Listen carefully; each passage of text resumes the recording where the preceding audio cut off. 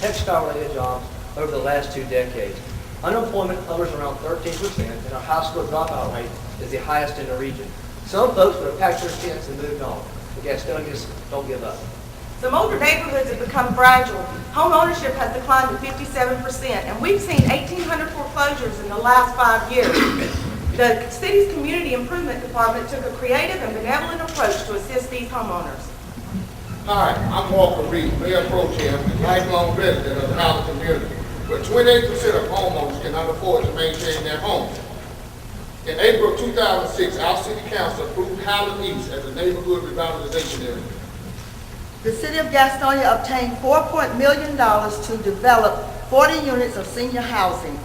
We are very proud of our neighborhood, and Gastonia is once again thriving. Neighbors caring for neighbors. Good morning. My name is Luda Smith. And if you're ever in my area, I'm in a new apartment, Gateway. Please come by and say hello.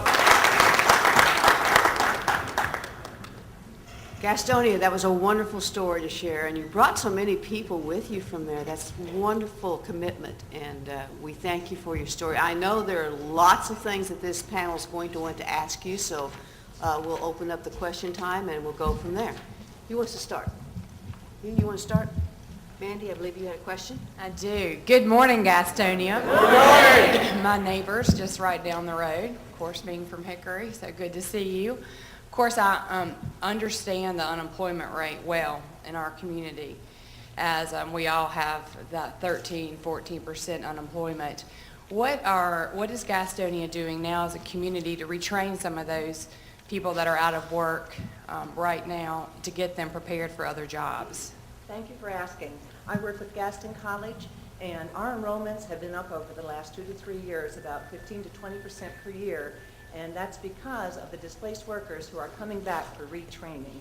So we are giving them the skills that they are going to need for the jobs for now and the future. I had a chance to chat with a couple of emerging leaders in the hall the other day, so I was looking forward to this. How do you get chosen to be an emerging leader? To become part of the Mayor's Youth Council, we look at diversity, we look at what you can bring to the Youth Council, what talents you have, what skills you can bring, what ideas you can bring above all things. So, and the Youth Council chooses you, not the mayor, not any of the advisors. Well, that's cool. So who appoints the Youth Council? Well, the first time around it was the City Council, but every successive year, the Youth Council, each members.